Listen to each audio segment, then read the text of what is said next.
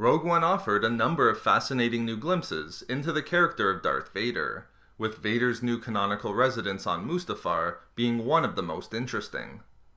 I thought that I would discuss some of the new revelations that have emerged in the new canon materials that have been released since Rogue One, with focus being on Darth Vader's Mustafar castle, the Bacta tank that's present within it, and how it all connects to the dark side of the Force.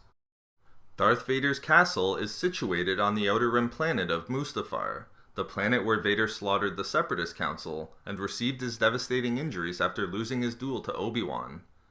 Although the planet is only referenced as an inhospitable world in the Rogue One The Ultimate Visual Guide, it is confirmed in the Out of Rogue One guide that the planet is indeed Mustafar.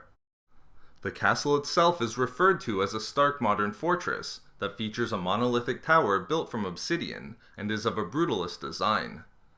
The reason why Darth Vader would take up residence on Mustafar, a planet that he had so much history with, is fascinating.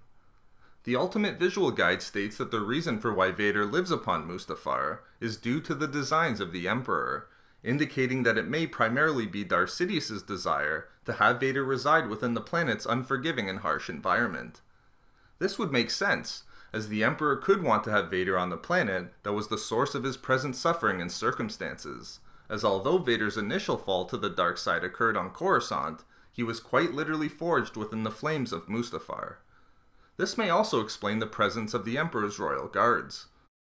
But the Art of Rogue One guide also indicates that while Mustafar was a harsh and uninviting place, Vader accepts his presence upon the planet, as it's an environment in which he feels comfortable. Therefore, while the Emperor may have crafted the designs to have Vader stay upon Mustafar to maintain his commitment to the dark side, it is something that Vader accepts and is comfortable with, wherein the castle is a place of refuge. The dark side connections that surround Vader's castle on Mustafar add another interesting element, as Vader's modern structure is built over an ancient castle that contains an abundance of dark secrets. The Art of Rogue One guide reveals that the castle was built on top of a natural cave that's deep below the surface of Mustafar and within the planet's lava field.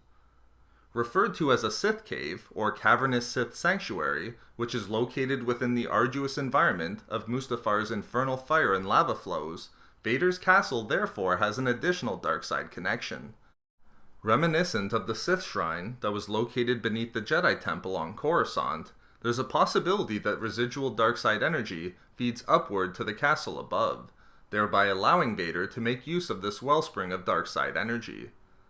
This may have also been the basis for the Emperor's designs to have Vader reside on Mustafar. Nonetheless, the combination of the Sith sanctuary below and the hellish landscape of Mustafar's lava fields makes the location of Vader's castle perfect for his twisted and evil soul. It's also revealed in Rogue One that the individual within the Bacta tank is none other than the Sith Lord Darth Vader himself, and further, that the Bacta tank is located within his castle on Mustafar. However, for Vader, the tank is not just a healing chamber, as we have come to see Bacta tanks be used within the Star Wars universe. The Ultimate Visual Guide states that the tank is also used by Vader as a meditation chamber. The Art of Rogue One guide similarly refers to it as both a meditation and a healing chamber, wherein Vader would have to remove himself completely from his armor and cybernetics, and rejuvenate his body within the Bacta tank as needed. But the tank also allowed Vader to look out through a window, located in the room housing the chamber, to gaze out onto the Mustafar lava fields. The entire scene was visually amazing, with many of the visual features being a product of the castle's location.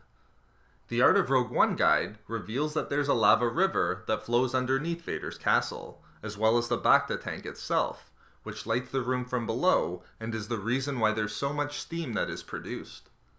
Another great touch that was revealed in the Art of Rogue One was that the hallways of Vader's castle contain numerous symbols connected to the Sith, including religious Sith reliefs adorned upon the walls. All of these great features add up to a particularly dark and ominous place of residence for Darth Vader. Finally, we were also able to see who it was that was kneeling before Vader in the Bacta tank. While we weren't given any information about the character in the film, the Rogue One Ultimate Visual Guide confirms that he was Vader's attendant and his name is Vinay.